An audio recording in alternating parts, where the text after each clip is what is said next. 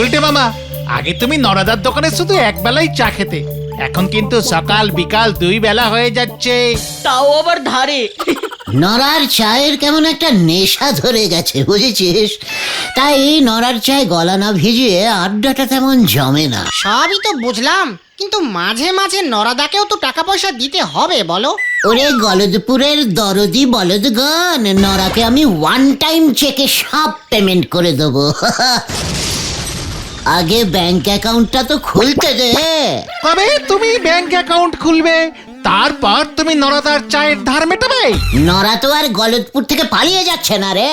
চল তাহলে নরার দোকানে কড়া করে এক কাপ চা খেয়ে আসি, দেখি মাথাটা খোলে কিনা। ঠিক আছে ঠিক আছে, চলো চলো।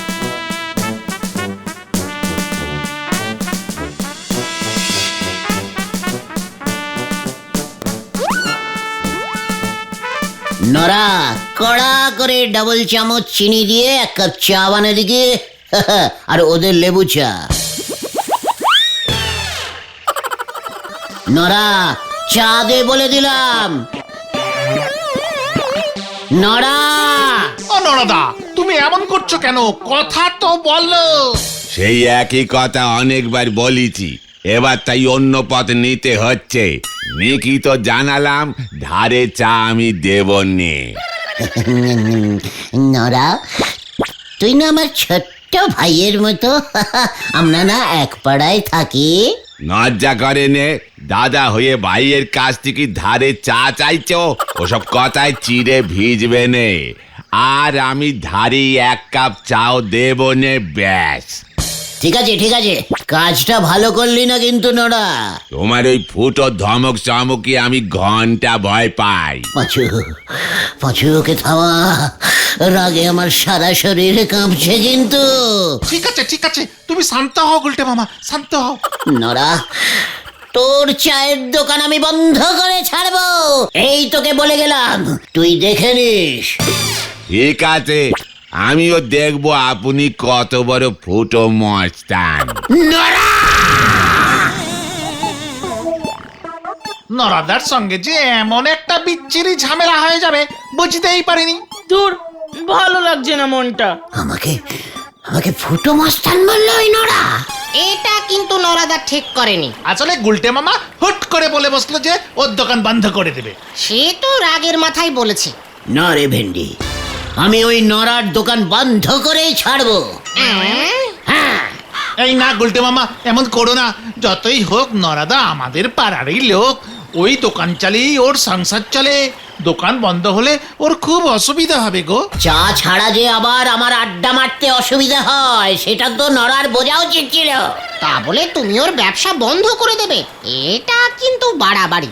ঠিক আছে, তোরা যখন বলছিস তখন পুরো বন্ধ করব না, তবে একদিন অন্তত বন্ধ করবই। আমাকে এখন একটা কিছু করতে হবে, যাতে নরা অন্তত একদিন দোকান খুলতে না পারে। কি করবে তুমি? ভাবতে হবে। এই শোন, তোরা এখন বাড়ি যা, আমাকে একটু একা থাকতে দে।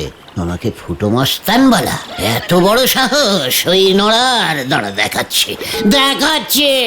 ঠিক আছে, আমরা যাচ্ছি। তুমিও বাড়ি ফিরে যেও কিন্তু সন্ধ্যের আগে। অন্ধকারে নদীর ধারে বেশিক্ষণ থেকো না। হ্যাঁ হ্যাঁ, পিসিমাও আবার চিন্তা করবে।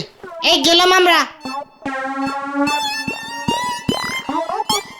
আমি ফুটো মস্তান, ফুটো মস্তান দেখাচ্ছি মজা।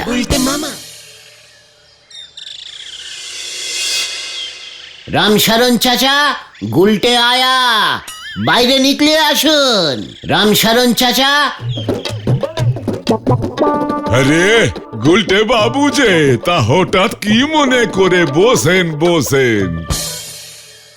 ये মানে অনেক কিছুই মনে করেই আয়া হ্যায়, বহুত জরুরি দরকার। ये মানে হচ্ছে, का बात बोलिए ना। আপনার কটা গরু হ্যায়? वही एक ही है।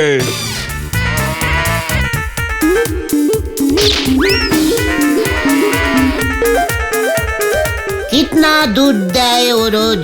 वो हाँ 2 ड्राम। এক গরু আর 2 ড্রাম দুধ? এর মধ্যে কত জল মিশাতা হ্যায় চাচা? 50-50। ठीक है, हमार काज हो जाएगा। आपका भी दूध चाहिए? आउट तो होवे ना।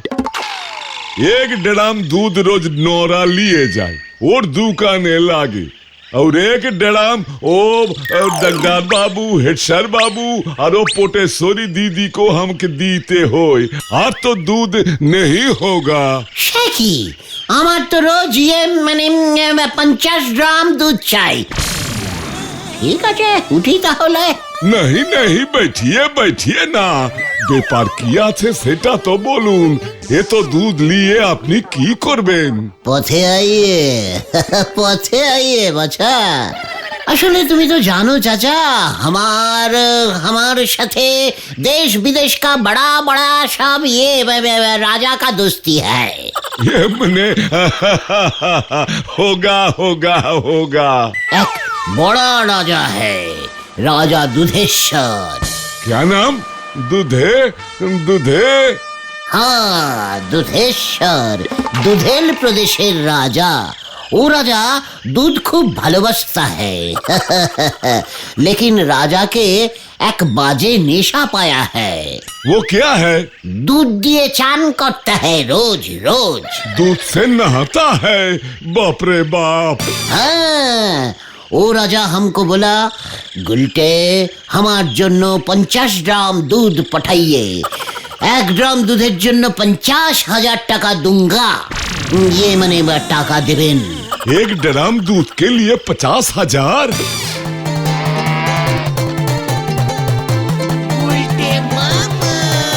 गुलटे बाबू, आप 2 ड्राम ही ले जाइए। কিন্তু আমার তো 50 গ্রাম चाहिए। 2 ड्राम से शुरू कीजिए ना गुलटे बाबू। 50,000 1 ड्राम, 2 ड्राम का मतलब 1 लाख। हाँ। ঠিক है ঠিক है, ये মানে ঠিক আছে, দুধেশ্বরকে আগে 2 ড্রামই পাঠাই স্যাম্পল হিসেবে। ও চান করে আরাম পেলে বাকি অর্ডার ফাইনাল করবে। তারপর না হয় ভাবা যাবে। আপনি আমার পাড়া কা চাচা, আপনার জন্য এইটুকুই তো করতেই হোগা, মানে করতেই হবে। हाँ हाँ हाँ। ঠিক আছে ঠিক আছে, কাল সকালে এসে আমি ওই 2 ড্রাম লে যাएंगे। তার মানে নড়া কাল কিন্তু দুধ পাচ্ছে না, ফাইনাল, এটা যেন মনে থাকে। हाँ हाँ फाइनल। যাচ্ছি চাচা, কাউকে কিন্তু এইসব আবার নেহি বলনা, মনে থাকেঙ্গা তো? हाँ हाँ हाँ।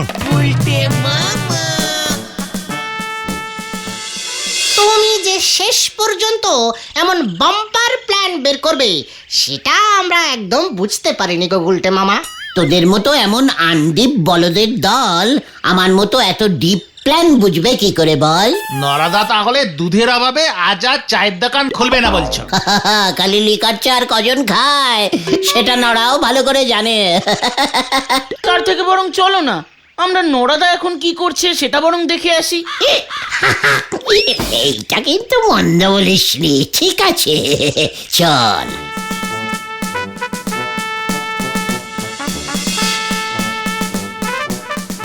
আমাকে ফুটো মস্তান বলা, দেখ এবার কেমন লাগে।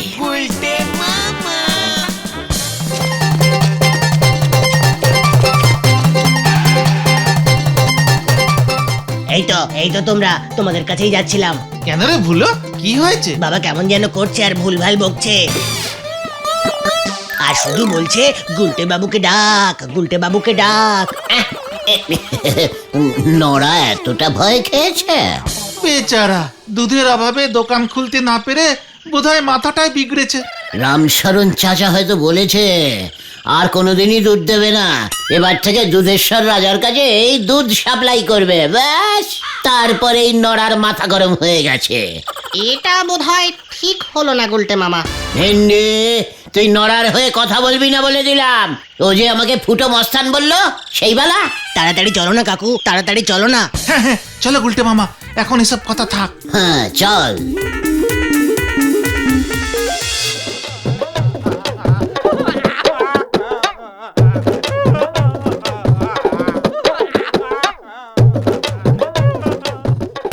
এই আমার কি হলো গো গুলছে বাবু, আপনি কিছু করেন গো, আপনি ছাড়া আমার অন্য কোনো গতি হবে নে গো গুলটে বাবু গো। ঠিক আছে, এতটা ভয় পেতে হবে না। তোর আগেই বোঝা উচিত ছিল নড়া। আপনি কি বলতেছেন গো? ভয় তো আমি পাইনি, আপনার মতো ফুটো মস্তানকে আমি খামোকা ভয় খেতে যাবো কেনে? নড়া, পাঁচু, নড়া আমাকে আবার ফুটো মস্তান বললো। ফুটো মস্তানে ফুটো মস্তান বলবো না তো কি বলবো বলেন দিদি? নড়া, আমি কিন্তু তোর দোকান চিরদিনের মতো বন্ধ করে দেবো এবার। ওই দোকান আমি আর খুলবই নে। মানে দোকান আর খুলবে না মানে? আমি তো অনেক বড় লোক হয়ে গেছি গো। বড় লোক? নড়া কি বলতে চাইছিস? ঝেড়ে কাশ কিন্তু। বেশি করে কাশলি পরে কব বার হয়ে যাবে, তার থেকে বরং আস্তে আস্তে করে বলতেছি গো। ব্যাপারটা কি বলবে তো? আমি মনে হয় গুপ্তধন পেয়েছি গো। কি কি গুপ্ত মানে গুপ্তধন? তালি পরে আর বলতেছি কি গো? নড়া, তুই ঠিক বলেছিস, আমি ফুটো মস্তান, আগে বুঝতে পারিনি। তুই আগে গুপ্তধনের ব্যাপারটা বল দেখি। হ্যাঁ, আজ সকালবেলা এই কাগজটা কে যেন ওই জানালা দিয়ে ফুটুস করে ঘরে ছুরি মারলো গো। আমি তখন সবে ঘুম থেকে উঠিয়ে এইখানে বসে বুঝতে চেষ্টা করতেছি সকালের বড় চাপ এলো কি না। দেখি কাগজটায় কি লেখা আছে। গুপ্তধন আছে রানীমার কাছে, রানী বন্দি কুঠুরিতে, হাজার সেনার পাহারাতে, কুঠুরি ঝুলছে গাছে, মন্দিরের পিছে, রানী থাকে কোথায়, নড়ার দোকান যেথায়। তার মানে গুপ্তধন আছে রানীমার কাছে, রানী থাকে কোথায়? নড়ার দোকান কোথায়, তার মানে তো আমাদের এখানেই। মানে আমাদের গলতপুরে? গলতপুরে গুপ্তধন? নড়া, সত্যি করে বল, এই চিঠি তোকে কে দিয়েছে? বিশ্বাস করেন গুলটে বাবু, আমি জানি নেকো। আমি তো বহুকাল আগে মায়ের কাছে মানত করেছিলাম গো, আমি যেন ওই গোবিন্দ বাবুর মতো কিপ্টে বড়লোক না হই। তাই বোধ করি মা আশীর্বাদ করিয়ে এই গুপ্তধনের খোঁজ পাইতেছে গো। সেই গুপ্তধনের খোঁজ তুই আমাদের দিলি কেন? এ কি বলতেছেন গো গুলটে বাবু? ওই অত বড় কবিতের মানে আমি ঠিকঠাক বুঝতে পারবো নাকি? ভুল বুঝে যদি ওই উল্টো দিকে চলে যাই তবে তো বিপদে পড়ে যাব। ওইদিকে হেড সাইডে বললি খবরটার গোপন রাখা যাবে নে, পুরো পেপারের হেডলাইন করে দেবে আর বলবে নড়া গুপ্তধন তুই সব দেশের সেবায় দান করবি, তালি পরে তো আরো বড় বিপদ। তাই ভাবলাম এই গলতপুরে তোমরা ছাড়ার কাকেই বা আমি বিশ্বাস করবো বলো দিদি? গুপ্তধন উদ্ধার করলে আমরা কত পাবো? সে আমি কত কি পাই তার উপর নির্ভর করতেছে। আমার যেন দুধের অভাব না হয়, আন্দাজে গরু কিনতে পারি, এটুকু টাকা থাকলেই আমার চলে যাবে। নরা, আমাকে তুই বাকি জীবনটা ফুটো মস্তান বললেও আর তোর দোকান আমি বন্ধ করব না। সে তো আপনারে ভালোবেসে বলি। তাহলে ওই গুপ্তধন উদ্ধারের দায়িত্ব তুই আমাদের দিচ্ছিস? বড় নিজের ভেবে গো গুলটি বাবু। নরা, তুইও যে আমাদের বড় আপন, বড় নিজের। তাহলে চলো আমরা এক্ষুনি বেরিয়ে পড়ি গুলটে মামা। চল চল চল চল। দেখলি নরা আমাকে কি রেটে ভয় খেয়েছে, একেবারে গুপ্তধনের খোঁজ দিয়ে দিল। সে তো ওই কবিতাটার মানে বুঝতে পারছে না বলে হেল্প নিয়েছে, ভয় খেয়ে না। পাঁচু, ও ভয় খেয়েছে কিনা সেটা তুই আমাকে বলে দিবি? তবে গুপ্তধনের এই সংকেত কবিতা নরাদাকে কে পাঠালো বলো তো? গাছের ফল খা ভেন্ডি, গাছকে লাগিয়েছে সেদিকে মন কম দে। রানী থাকে কোথায়, নরার দোকান যেথায়, তার মানে গুপ্তধন আছে এই গলতপুরেই কোনো গোপন কুঠুরিতে, কুঠুরি ঝুলছে গাছে, মন্দিরের পিছে।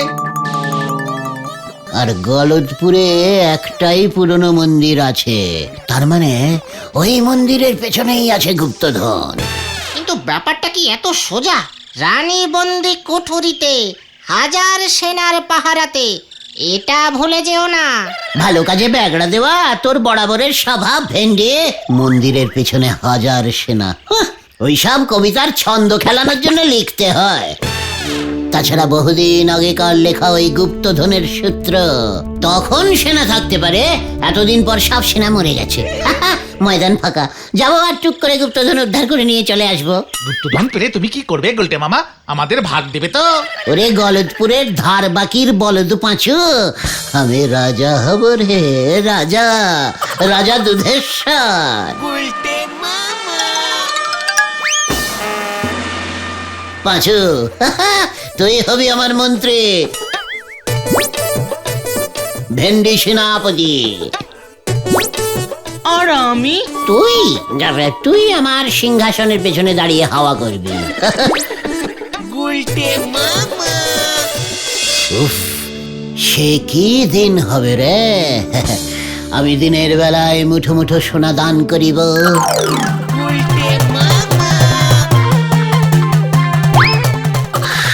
আর দুপুরে দুধ দিয়ে স্নান করিব,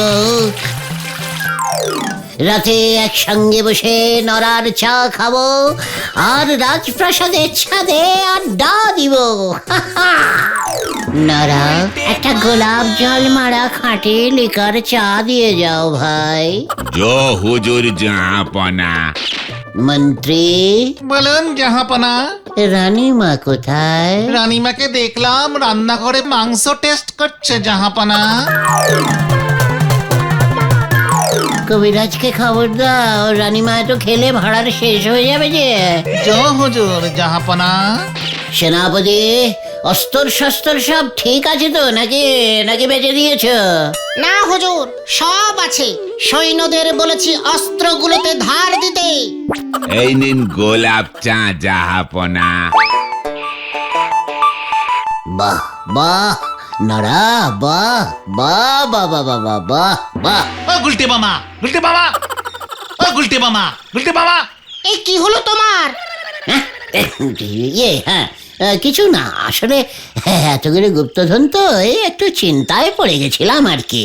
আগে তো পাও, তারপর না হয় চিন্তা করো। ঘটনা, এই জন্য তোকে আমি পেছনে দাঁড় করিয়ে হাওয়া করাবো, বুঝেছিস? আমরা গুপ্তধন খুঁজতে যাব না এখানেই দাঁড়িয়ে থাকবো? এই না না না, এক্ষুনি চল, এক্ষুনি চল।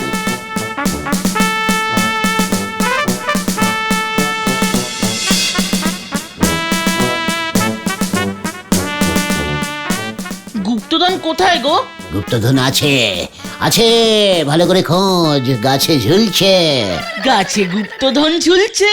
তাই তো লেখা আছে, বাজে টাইপের হতাশ বলদ, চুপ করে মন দিয়ে প্রত্যেকটা গাছ খোঁজ। রানী বন্দি কুঠুরিতে, হাজার সেনার পাহারাতে। তার মানে পেয়েছি গুলটে মামা।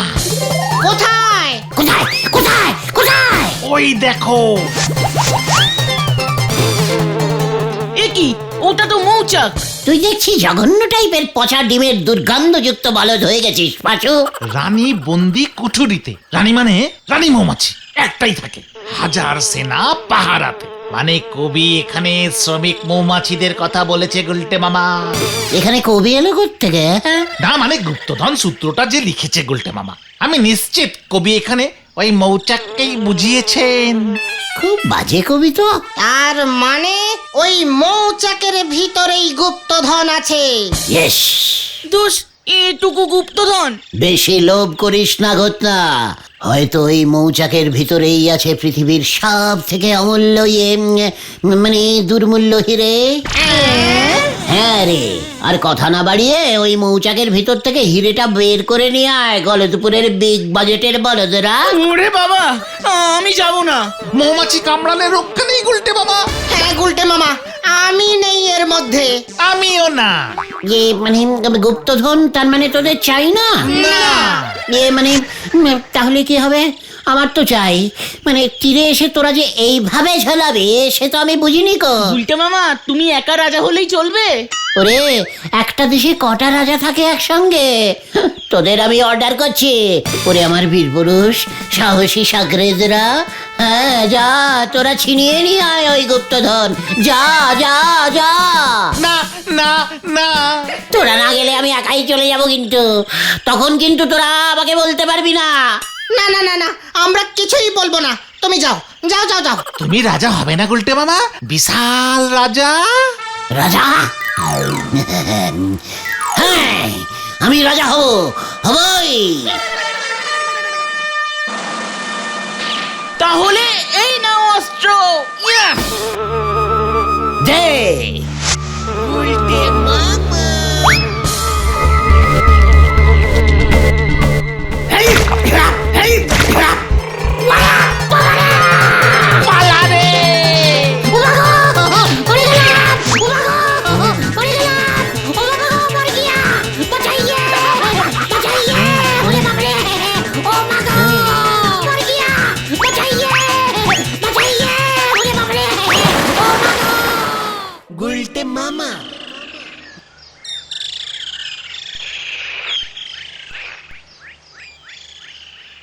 ও হেড স্যার বাবু, আপনি যা ওই গুপ্তধনের কবিতে লিখে দিয়েছেন নে, শুনতেছি ওই গুলটে নাকি মৌমাছির কামড় খেয়েই একেবারে কুপোকার।